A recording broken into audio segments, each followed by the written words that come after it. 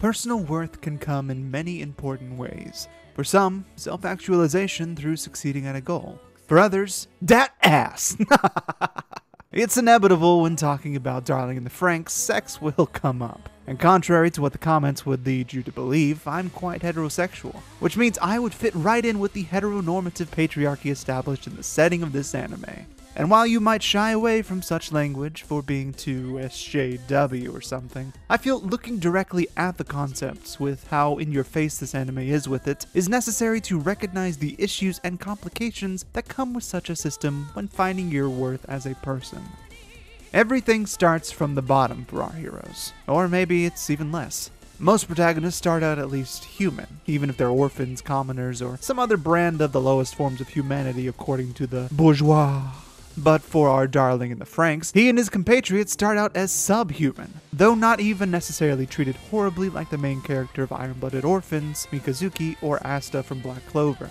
No, 016 and the rest are simply tools, with every avenue being pursued to give them what they need as humans to obey without question. It's funny how treating someone you view as a tool by giving their human psychology what it wants make them less human than treating them like garbage. It's a fine line to imagine, I feel, something almost paradoxical in nature.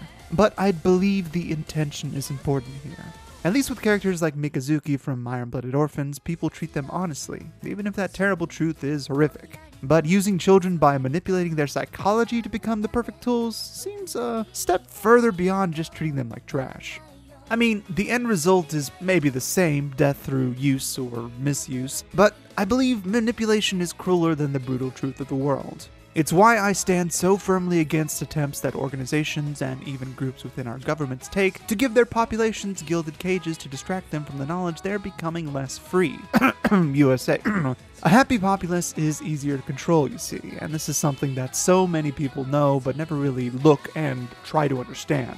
But, and this is important, systems like that never last. There will always be those who question, who look beyond the bars to the outside world, and yearn for something new, different, the chance to fail and exist as a person. What happens when you break a system like that? There are consequences, certainly. We might even see them when the final curtain draws on this show. Trigger especially has created shows like Kill la Kill, where the protagonists reject and substitute a system of their own while working within it. Gurren Lagann is about creating your own tomorrow, and that of the people you leave behind, through breaking the status quo. Darling in the Franxx continuing down this route of struggling to bend and break that cage holding humanity in wouldn't surprise me, and I actually hope it does. Though A1's influence is also at play here, so it's hard to tell at this point. But how do you find worth in a system like this, one intended to keep these children in line as weapons? Because it is possible despite the horrific conditions around them. That this society has existed long enough to have an established history is testament to that. But worth isn't just personal. It can be found and cherished even in the bonds you hold. Goro, for example, the standard bro character who we haven't seen much of and is likely to die sometime in the course of the series, is able to find worth in protecting his family.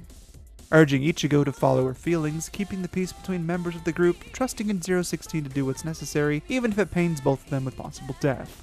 Ichigo herself is much the same way, though for the entire team. Even if her strongest feelings of keeping 016 protected are the ones she focuses on. She finds worth as a team leader, and works hard at using what she has available, even if she hates it. But she also uses possible solutions like kissing 016 without considering what it would do to her as a human being in service of the mission. Though that's also because she doesn't understand what kissing does and the psychological effect it can have when you do it without meaning. But to demonstrate the darker aspects of this concept, consider that the worth of sacrificing children in a war of survival against the Klaxisars is something that Papa and the rest of the leaders in this world deem an acceptable loss to humanity. It's the classic needs of the many outweigh the needs of the few. And perhaps the rather posh and rich treatment this particular group is given is either an experiment, like it's said, or guilt. But judging from how the other teams are shown, I have my doubts that they get the same benefits as our main cast. So that puts guilt on a bit of a back burner for me. Yet it seems 016, our main character, emphasizes the sacrificial mindset instilled in these children more than any of the others. Perhaps it's because of his failures until this point, but being granted a rope in the form of 002, something worthwhile to actually cling on to instead of just being a useless piece of trash in his opinion to Papa and the rest, is key to his mindset. Yet in this sense of worth she offered him, he finds more than he expected. He found freedom, flight, and perhaps even a sense of what makes us human. Love. 002 has always been chaotic, going against the system, and her influence is clearly spreading a reverse corruption, another side effect of having a system like this. Exposing people to new ideas, showing the downtrodden what they can become if they try, that the blinders they have on can be taken off and the edges of the cages can be seen. 016 would have never rebelled the way he did, constantly trying to go against the orders of Papa and even Ichigo, if he hadn't been exposed to 002. I mean, he was ready to just go into the figurative trash can. Well, it might have been literal too, I don't know.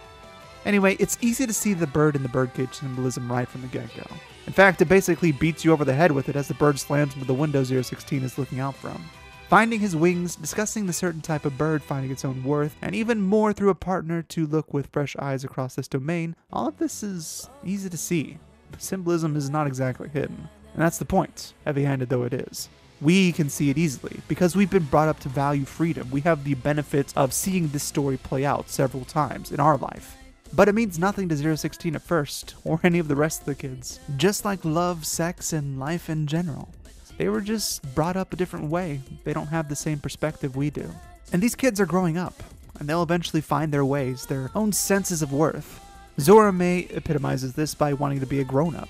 He wants to do his duty and get the reward he sees for himself in the future. But that's an innocent, childlike view. Like I said, these kids are growing up in a world that's even darker than the one we live in here, and they don't even realize it yet. I wonder what will happen to their worth when they finally realize this. Will they cling to it like 016, or will it break them down?